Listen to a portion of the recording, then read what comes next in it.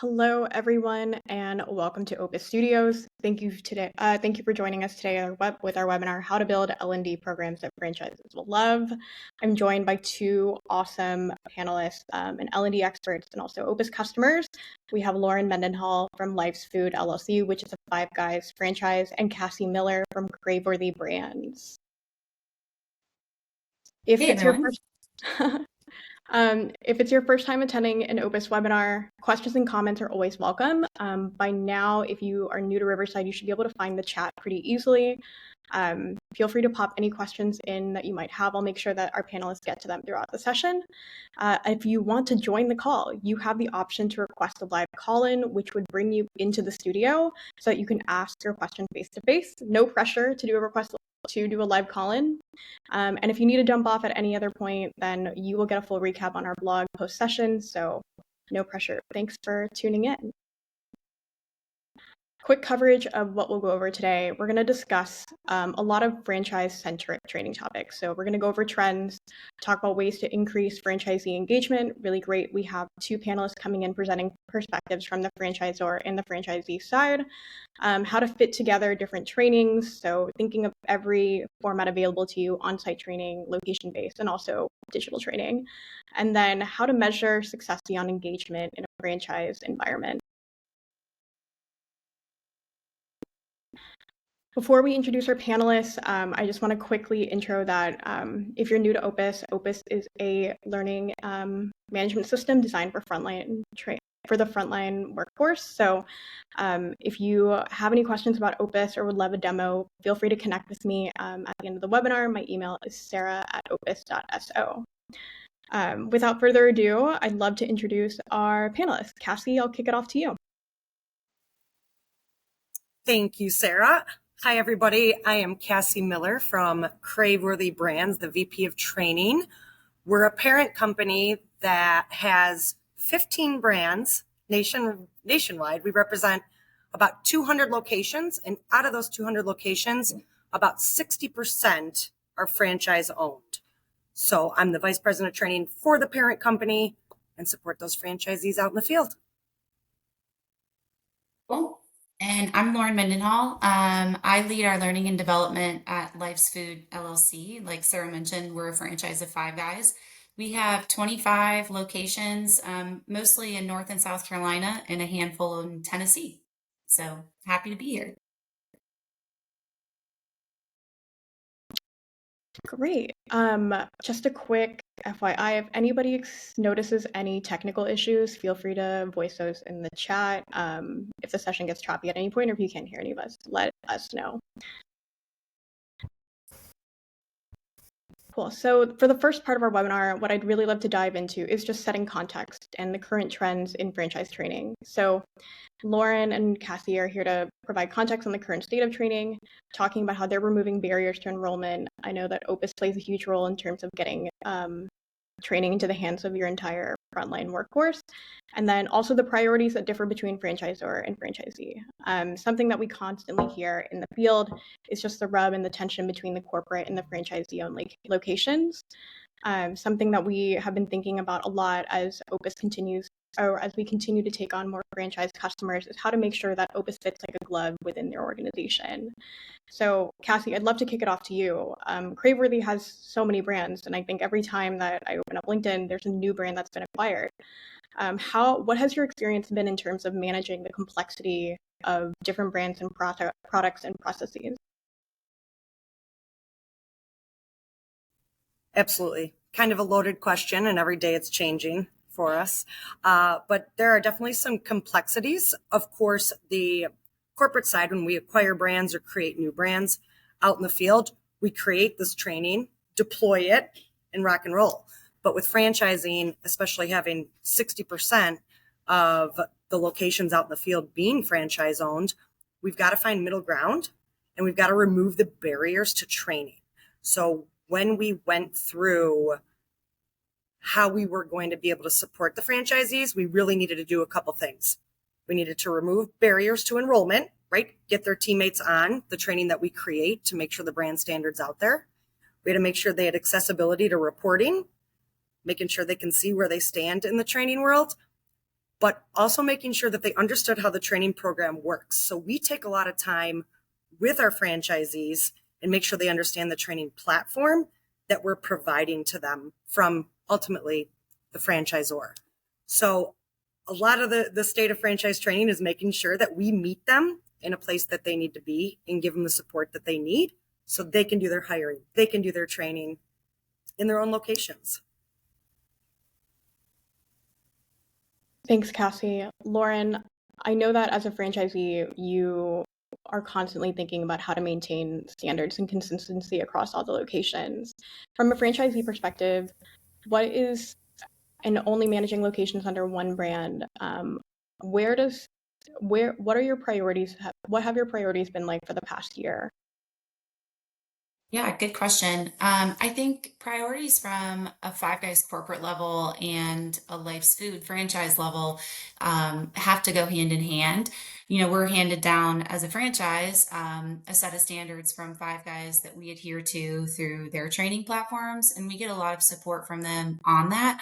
But from a franchise level, our priority, because we have so much support from our Five Guys group, has really been on leadership development, soft skills, and a lot of training trying to develop more of a career path for people in the industry.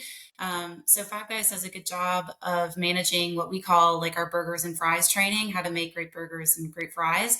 But that's allowed us to focus on other things that are allowing people to be great managers and good people, and manage conflict well, and other things that are really important that lend themselves well to a positive employee and customer experience. So it's been good. Thanks. One second. We're getting notes in the chat that I'm cutting out, so I'm going to turn my video off to make sure that I don't cut out further. Thank you for adding that context, Lauren. In terms of being a franchisee, what kind of support do you receive from Five Guys Corporate in case you want to open like a new store? Yeah, so Five Guys Corporate has a series of training that we've had in place for a long time, through a different LMS platform. So our employees utilize two different platforms, and they help in a new store opening. They're there typically for a couple days just to help again with like burgers, fries, food safety. Five Guys is really big on all of those things, and that's really the support that we receive from corporate. But anything beyond that, like people practices, compliance, as in like food safety, like your whether it's Serve Safe, Always Food Safe, whichever program you choose to use for that. In addition to sexual harassment courses, HR compliance, falls within the franchisee. So that all is on us to make sure that we're tracking and compliant with all of it, beyond what Five Guys Corporate offers. So it's really an extension of what they do. Got it. So you get to be more focused on like what's supplemental to the business as opposed to like the basic core Yep. training. Yeah. And this is really a lot of that supplemental training is new to us. My role with the company was new as of last year. And I think it really came from like, hey, we've got some gaps in our management capabilities, and abilities to really say there's a career in the restaurant business, but we need to paint a picture for what that looks like beyond just making great milkshakes and fries and burgers. So that's where I came in to try to build all of that content, and we needed a mechanism to track it and implement it.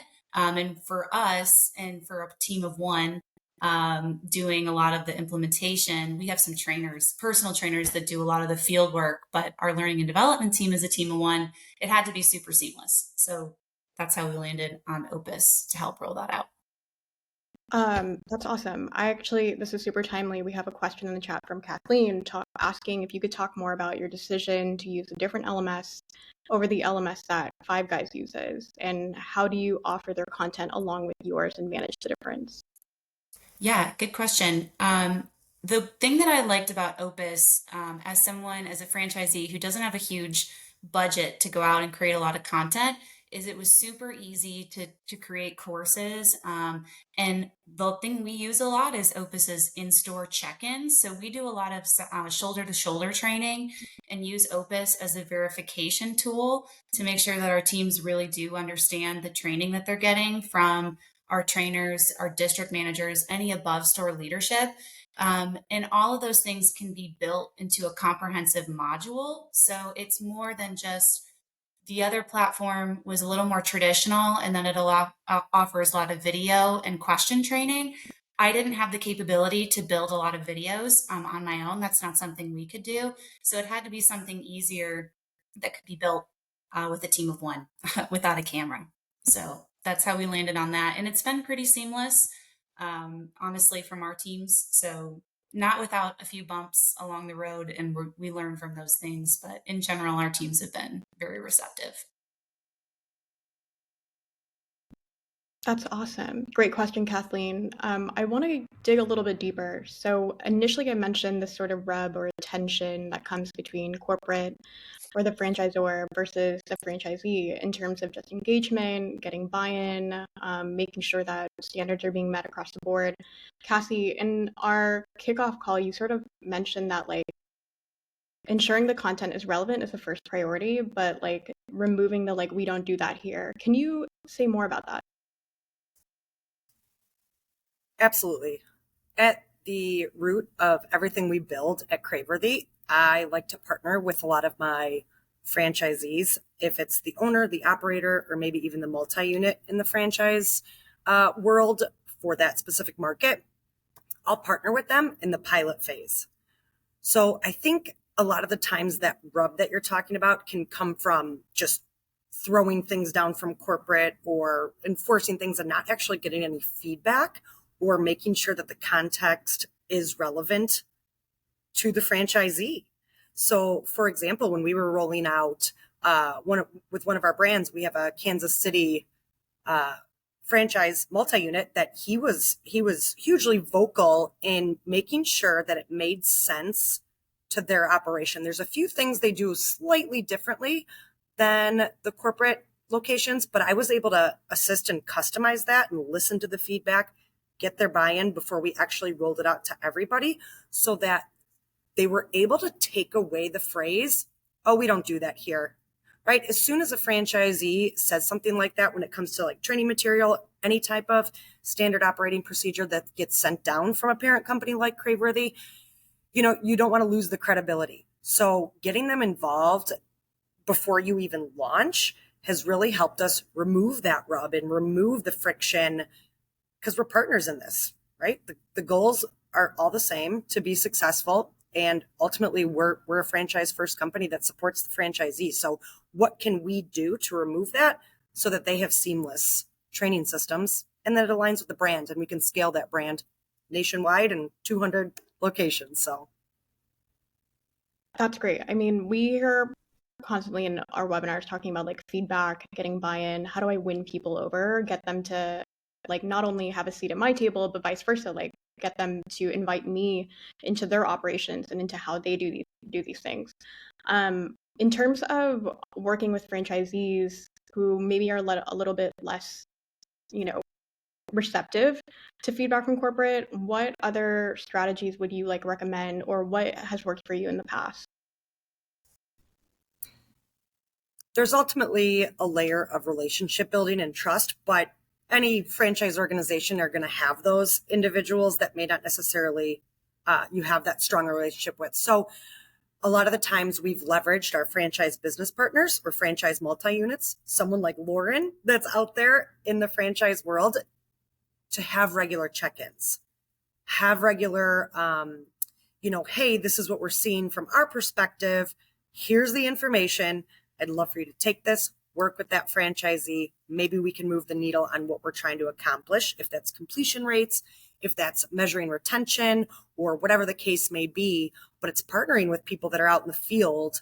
We do something called a trip report, and it's part of that.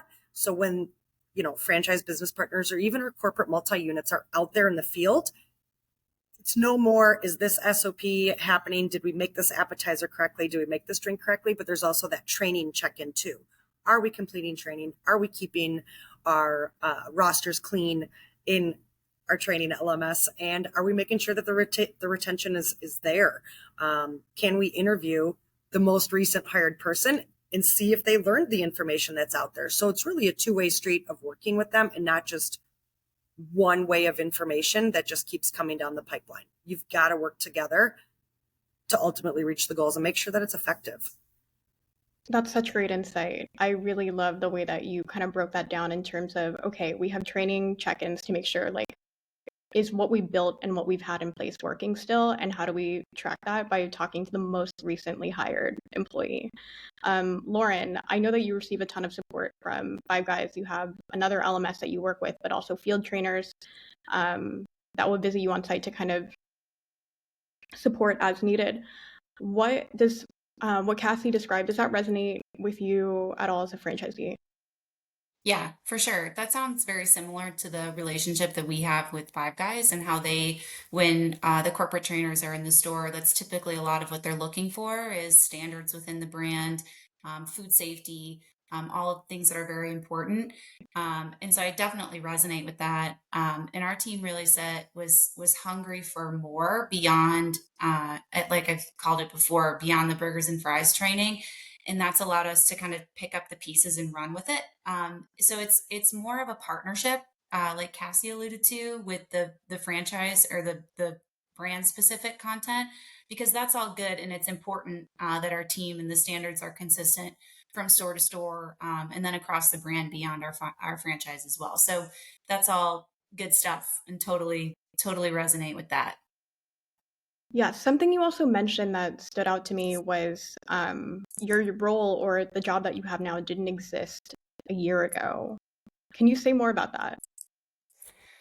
You know, we made a company goal of really trying to decrease turnover, keep our people, and give them opportunities to grow in their role beyond maybe necessarily like a job change. You know, we're a growing franchise, but at a handful of stores a year, so it's not so rapid that they were growing district managers like crazy. But instead, we said we need to develop a means for people to continue to learn and grow as humans and grow as leaders. And that was the kind of the antithesis of my role. So we developed, as part of that, more of a career path, and levels within each of our roles. So we have three levels of a general manager, three multiple levels of assistant manager, and it all comes with varying levels of training that we've been building, in addition to just tenure experience. We have a mentorship program with our tenured general manager. So all of that is really built into their career path. And Opus has kind of become, like I've said before, our tracking mechanism to that career path. So we can see where someone is in their training. They can see what, if they're a shift leader, they can see what the assistant manager program looks like. And it gives them a means to ask for it. Like, I want to be an assistant manager. What is this like? How can I enroll in this? And that's where my role really came from. It's been really cool to grow that, and we've seen a pretty significant decrease in turnover.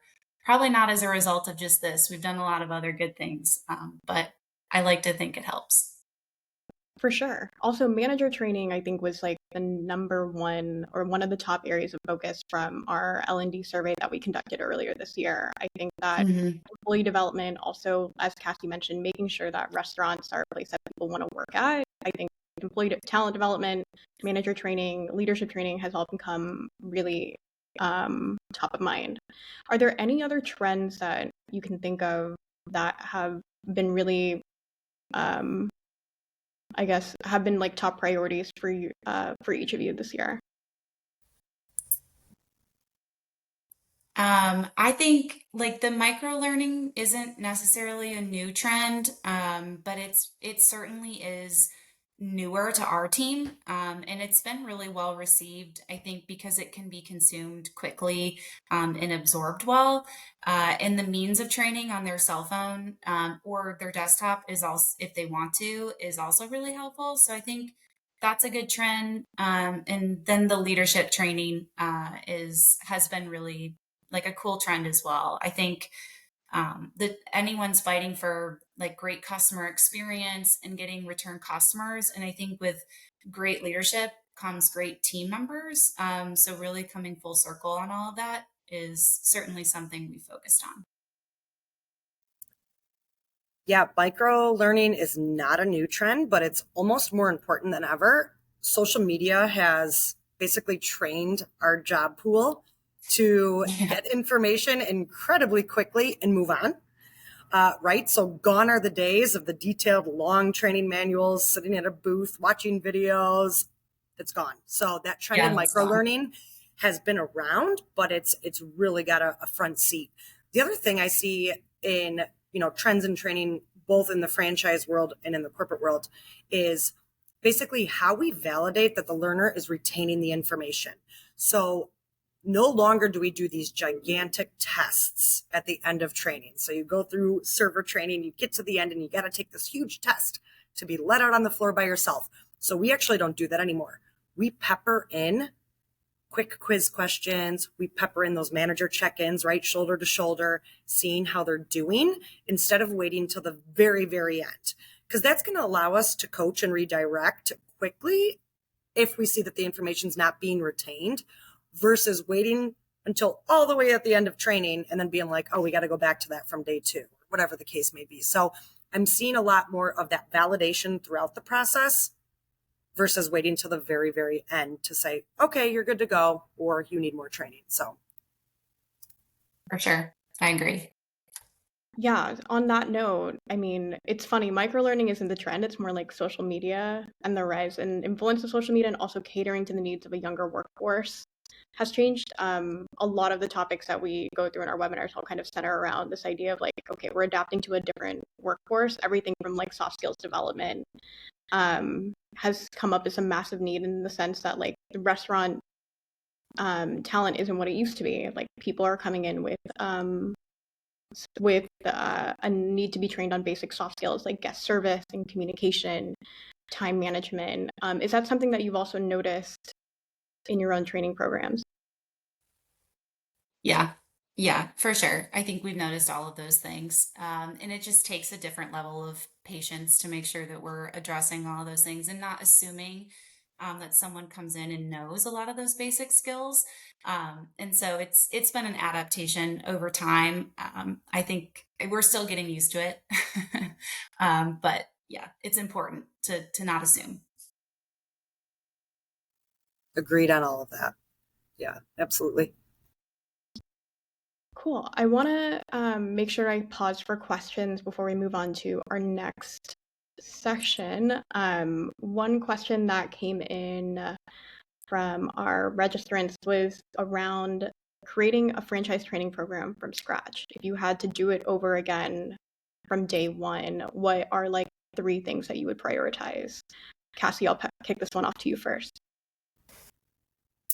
So I probably look at that question a little bit differently because working for the franchisor, there's the brand standard, right?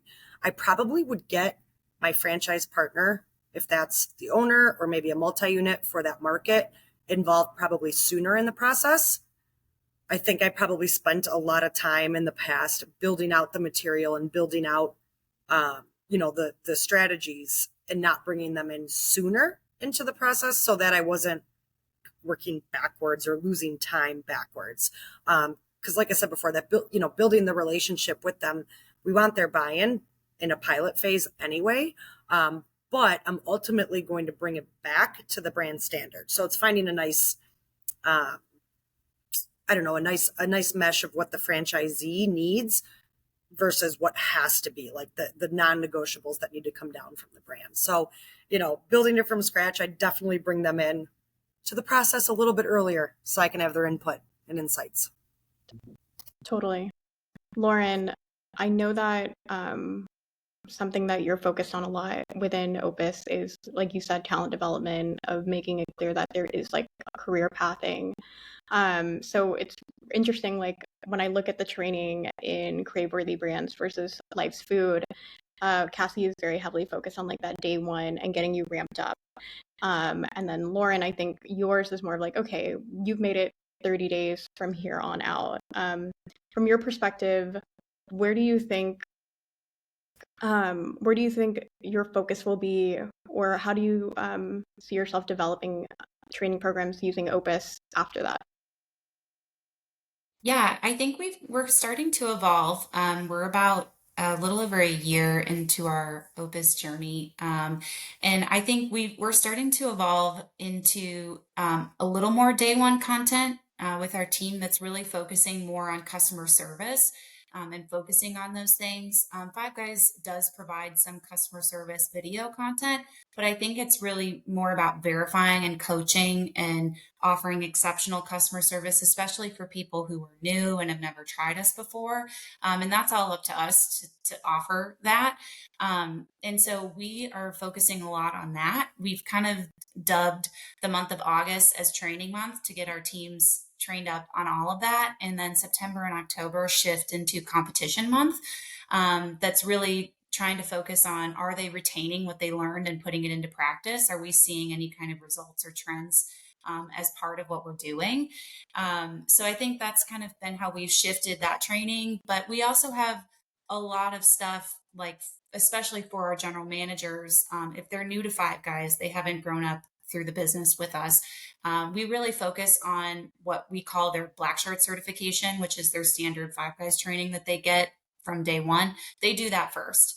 And once they earn their manager, their black shirt, then they'll enroll in our certification, which goes through, I mean, there's so much administrative stuff that a general manager at a restaurant has to know that's not covered in that black shirt training. So it's really making sure that we're touching on all of that, that it's consistent from one store to another, whether we're in Johnson City, Tennessee, or in Myrtle Beach, South Carolina. It has to be the same. So that's kind of our what we call day two training for them. So that all still exists, but we continue to roll out new stuff that's a little more relevant for crew members and folks who aren't in upper management.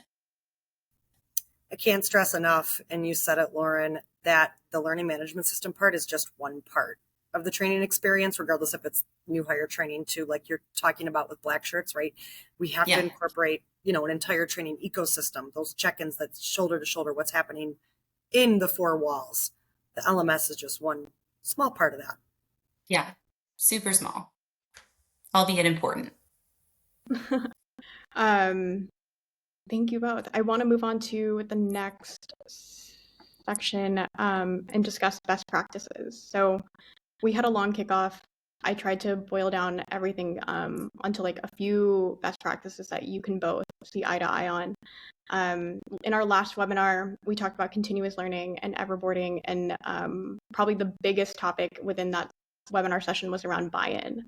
So our customers, regardless of whether or not they are a hospitality group or a franchisee with one brand or a franchisor with multiple brands, are always thinking about, how do I expand buy-in? And Cassie, you already alluded to relationship building and gathering feedback and making sure that people feel heard and feel like they have a voice in training. Getting super tactical, what methods do you use in your day-to-day to ensure that the staff is actually engaged? And is this something that you're measuring and monitoring week in, week out? Yeah, having so many locations, it's kind of hard to I can visit the locations that are local to me and see what's happening. But from my perspective as the franchisor, I'm looking at truly completions, and we're able to look at that from a high level using the LMS and seeing percentage of what is happening in each one of the locations, franchisee or corporate. So we're able to look at what we call a leaderboard. It's a functionality of Opus that I absolutely love. We can do location leaderboards. We can do teammate leaderboards to see where people are falling and where employees are falling in a little bit of a competition, right? I know Lauren brought up that you're bringing that competition back in August. I love it. But, we're truly being able to measure from a far distance and making sure that they're getting their new hires from A to Z in the fastest way possible to retain the information as fast as possible. At that point, we have to hand it off to the franchisee, someone like Lauren and her team, to make sure that it's getting done. or partner with that franchise business consultant or whatever, other locations call it, to make sure that it's being done. You have to hold it accountable, just like you do in driving top line sales, running cost of goods, labor. It's got to be another metric that's just as important to measure. Yeah, I agree. And I think, like Cassie said, what gets tracked gets done. If it's not getting tracked and it's not being talked about, it can fall by the wayside. And so part of what we've tried to do, especially with franchisee training, which could easily fall by the wayside when you have five guys, people who are in the store saying, "Hey, why don't we have our fries training complete?" We started it back in January, just a monthly people meeting, and we have all of our above store leadership, above a general manager who joins those calls. And we talk, training is an element of that. There's a number of other just people specific topics. That's all we talk about. But if there are barriers within the training programs, we talk about new folks who are in training, assistant managers, general managers, where they are, high potentials. What are we doing to develop these people and make sure that they're staying engaged? That's been really, really huge. And it's allowed us to push like our training programs through to completion. We got a lot of feedback initially, like that our general manager training was way too long. Like we kept saying, why are we not done with this? What's going on with this? But we had built like a 2 mile long module, and it really needed to be separated out into 4 sections. And that was just some feedback that we got through talking with our operators. And so that's really valuable. Without it, I don't think it would have gotten done. We still would be talking about it. So what gets tracked and incentivized gets done. I love that. That's going to be our one-liner from this webinar is what gets tracked gets done. Right. Thank you for sharing that, Lauren. I loved also that you acknowledged, hey, or your team was able to acknowledge, hey, this general manager training is taking way too long. When we launched check-ins within Opus, we were thinking of like, how do we account for the feedback that's just not going to end up in the LMS, that is not going to come back, and go a little bit deeper than completion. And the ways that you both use check-ins, I think has also transcended in terms of like, all right, how are we connecting with our teams on like a monthly basis and just outside of like email, text messages, or like work status updates? Like, how do I get that qualitative feedback? Cassie, I know that you mentioned that you're looping in franchisees early in the process when you're developing training. Lauren, for you, in terms of getting buy-in with your franchisees, like maintaining high engagement, of course, like you can't track everything. What can you share an example of how you're getting that, like, not say buy-in, but you're maintaining engagement with your managers and your general managers? Yeah, good question. We still are constantly figuring this out and working through this. But part of this big customer service initiative that we're pushing this year was we selected 4 general managers to really be training stores before we launched it. So we developed the content and launched it just to our 4 stores and did a weekly 15-minute check-in on what's going well, what's not going well, what's hard, what's great. And they all went around and talked about that. And we made a series of tweaks to the training, to the content, to the timing that we're expecting people before we rolled it out, and really got their feedback on it before we made that change. And even before we did that, we asked our above store leaders, like, hey, what do we need first? Like, what do we need most this year? And they said, hey, customer service, like we need to work on this. And so that's why we prioritize it and have been rolling it out. So they asked for it. We developed it. We made it for them. And then we are rolling this out. And part of the August is training month is just a weekly report to all of our teams saying, where are we in our training? You have to complete your training to be eligible to compete in our competition. So if you don't, you can't compete. And we have some cool like swag that we're giving out. Everyone loves hoodies. So that's the plan.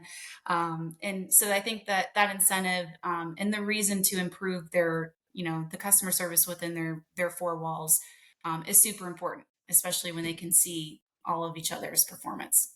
So a little peer pressure. No, there's really no substitute for, I think, like good old fashioned competition. For sure. We're always thinking about, of course, digital training is necessary, but there's no real replacement for the in-person on-the-job training. And as users of Opus, you know this very well. In terms of keeping training fresh and staying innovative, do you feel that pressure in terms of, I need to engage people, what do I think of that's, or I need to keep my teams engaged, how do I keep this new, how do I keep this fresh? What are some examples of ways that you've approached that? Or is it really just like, it's not a matter of the training itself getting stale, I just need to keep the drum beating? I'll let Cassie answer that. Yeah, no, that's awesome. So it's actually something we're talking about right now. You roll out that initial training and it's like, okay, they did it and we're rocking and rolling, but like, what's next? And I think a key piece is upskilling to keep people engaged. We want to give them a reason to go into the LMS at any given time or to reach back into the training ecosystem at any given time. So something we're working on is like a supportive train the trainer program, because not only is this going to upskill all of the teams in the four walls, but it's something that the franchise operators can choose to assign to their people. So it's growth maybe in a linear way that, okay, they did their initial training, they're showing that they're a great employee. How do we get them back into learning mode, back into development mode? And it's by giving those upskill courses. So this, using Train the Trainer, for example, it's a course that's available to anyone, but can only be assigned by the management team. So our franchise operators and owners can say, hey, this person's been doing great.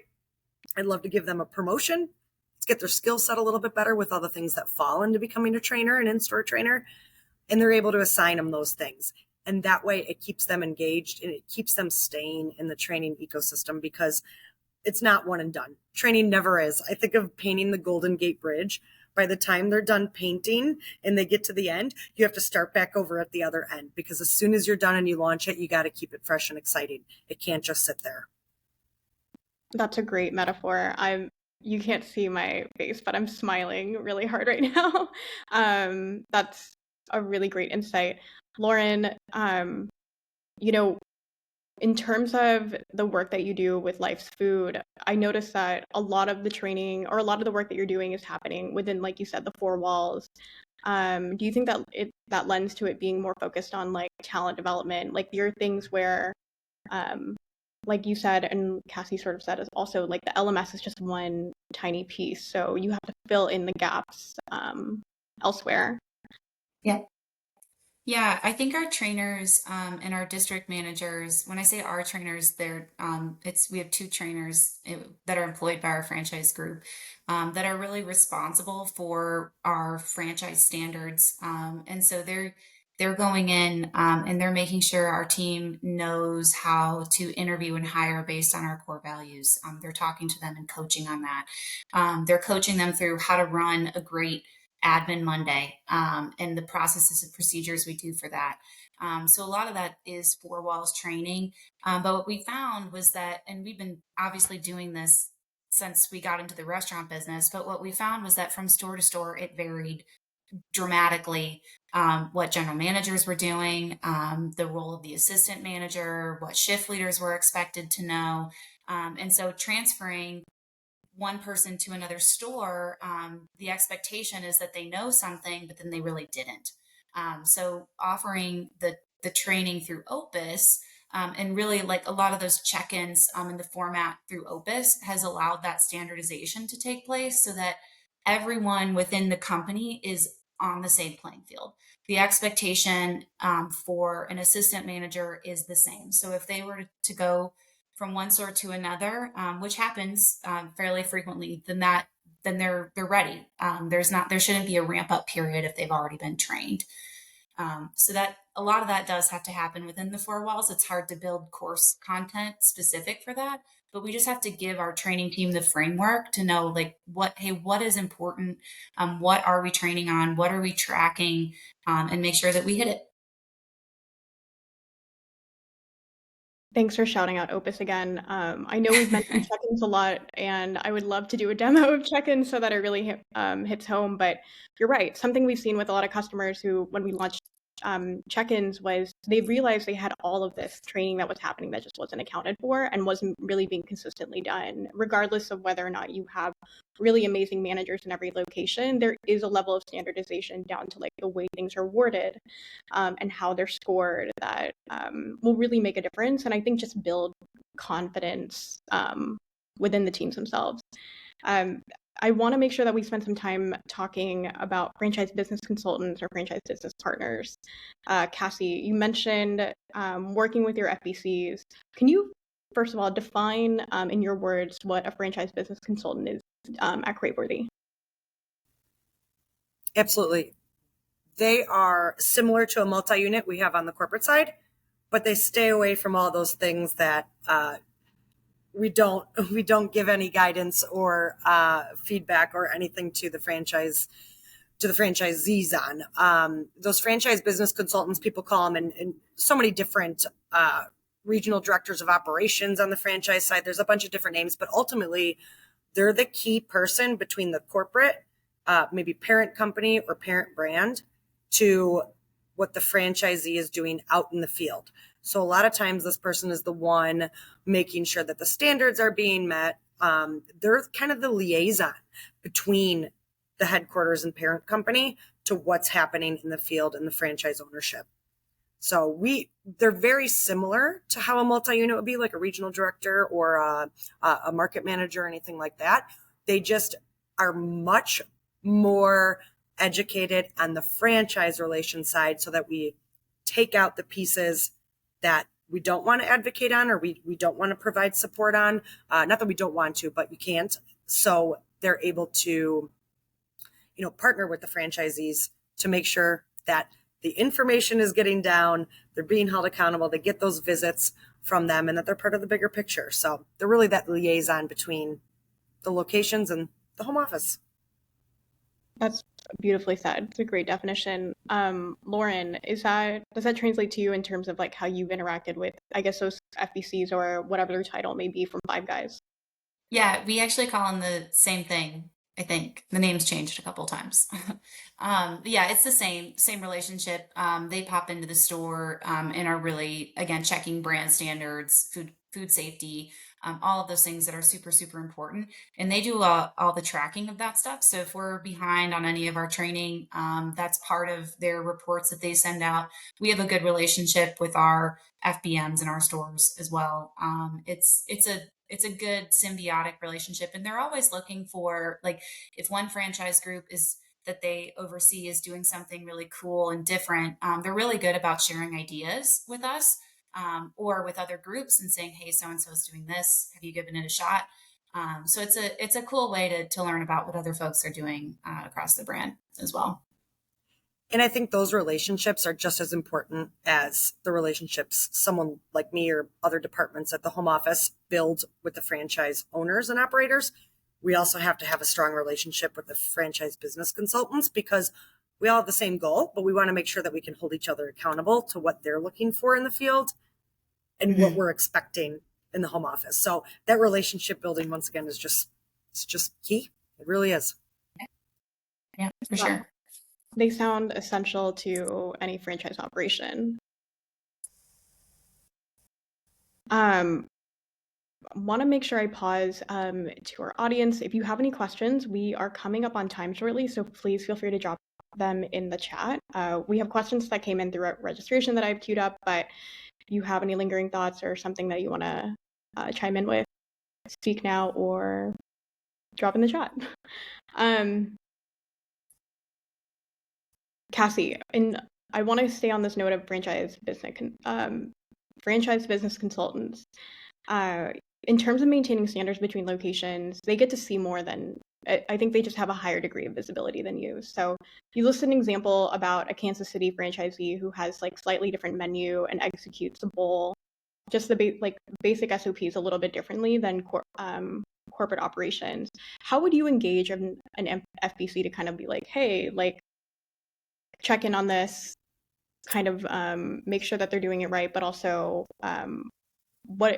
how are they delivering that feedback?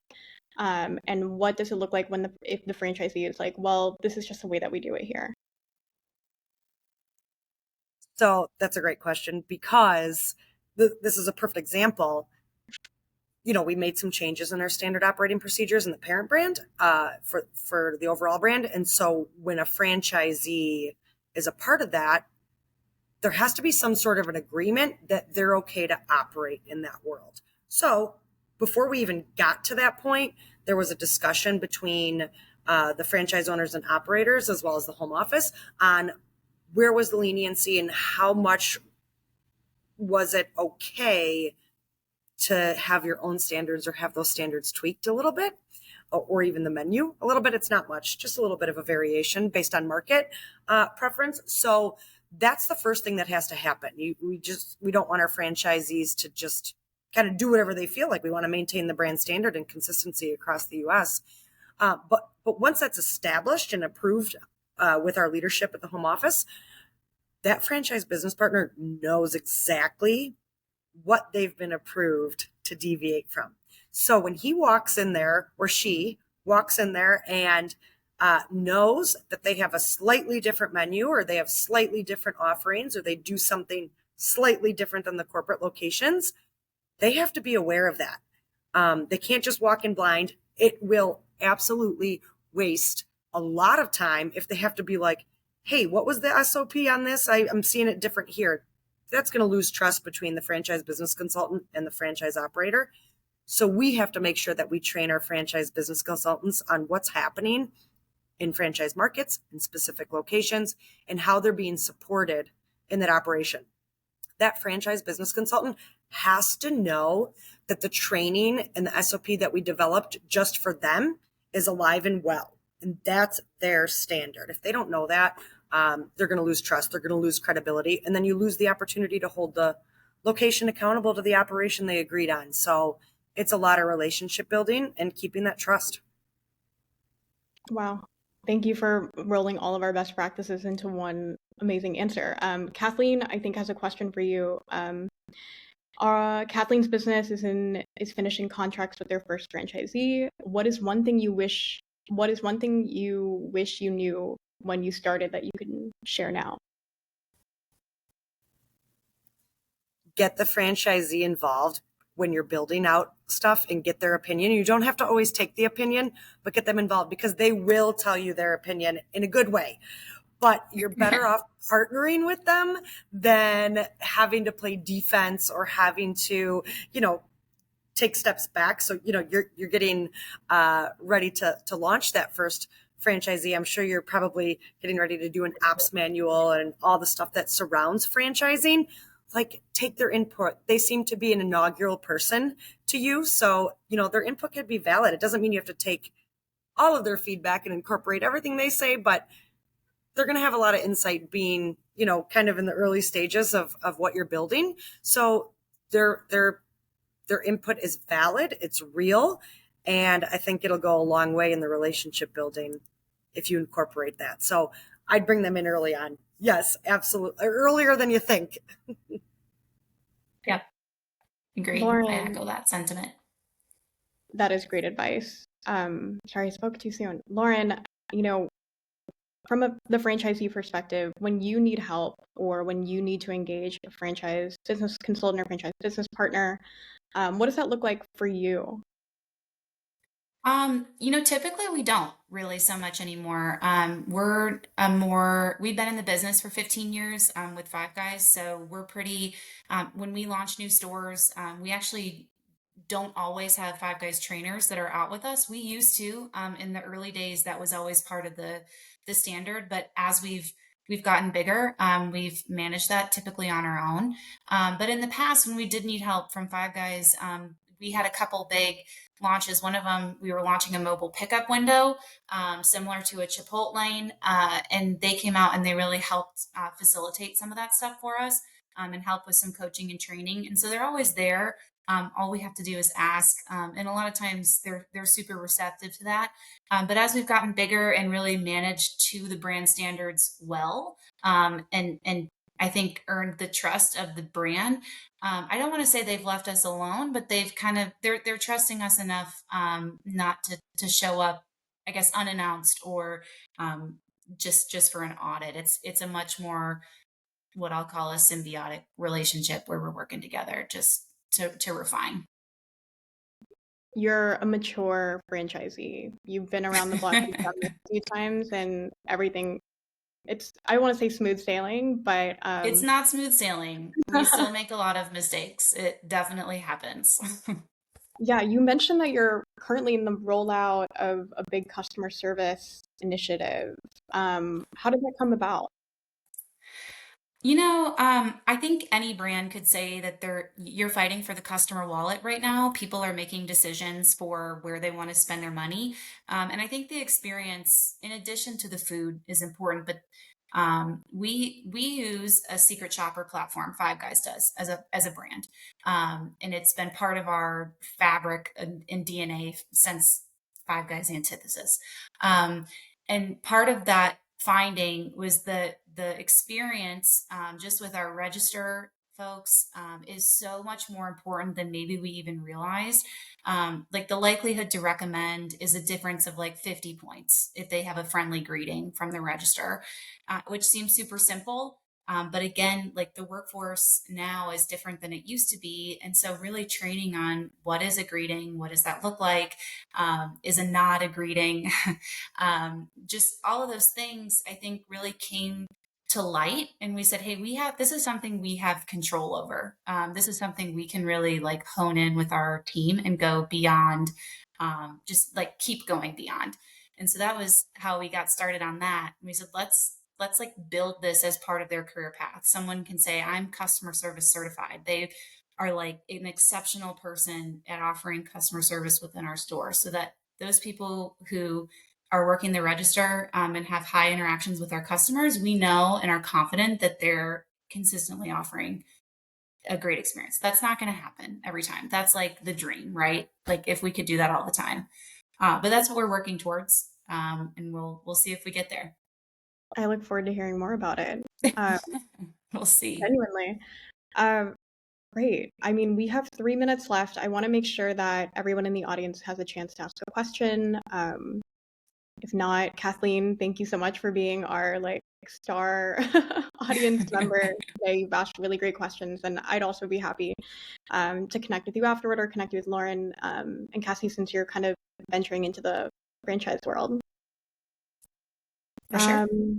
All right. If we don't have any other last minute questions, I have a quick, last one to end the session with. But Lauren, from your perspective, what is one thing that Five Guys does really well as a franchisor at the corporate level? And then Cassie, conversely, what is one thing that you see franchisees do that just, makes your day?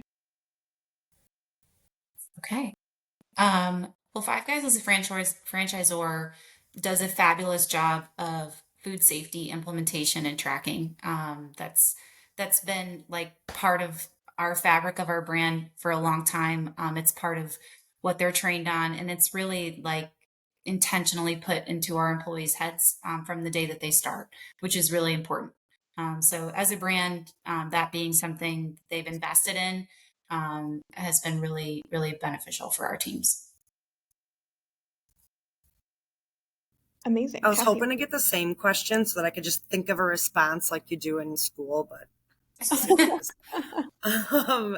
but what I love to see is that there's a connection between them giving their input and feedback as a franchisee, if that's the multi-unit or the owner, us taking that feedback and incorporating it across the brand standards, and then them using it or them actually buying into the program that they were a part of. If it was in the pilot phase of something, or maybe we rolled something out, they provided some feedback, or maybe they reached out and said, I need help on X, Y, and Z. Do you have something in your arsenal of learning and development? But what I love to see is I personally run our location leaderboard. And right now, our top 3 locations are all franchisees. So I love to see that, because I know they're taking the training seriously and they know their feedback's valid. They know that they can remove this is what we don't do that here. And they trust that we're going to give them the information they need to help them train their employees to get them from new hire to on the floor on their own as fast as possible. So I love seeing them in there and actually using the training the way that it's intended to be used, because I know that correlates into so much greater things that's probably happening in their four walls. So. Wow, thank you both so much. We're right at time. So with that said, thank you all for joining today's session. I think it was really great, Kathleen. I'm glad that you got a ton of value out of it. Keep an eye out for promotion on our August session. It'll be about speaking up, using data to get exec buy-in. And if you're not currently signed up for our newsletter, you can find out about all of our Opus webinars, get some good tidbits, some good knowledge sharing. We send out one email a month, so promise not to blow up your inbox. Thank you, Lauren and Cassie, for sharing your expertise and joining us today, and I'll see you all next time. Awesome. Thank you. Thank you. Bye, everyone. Thank you all.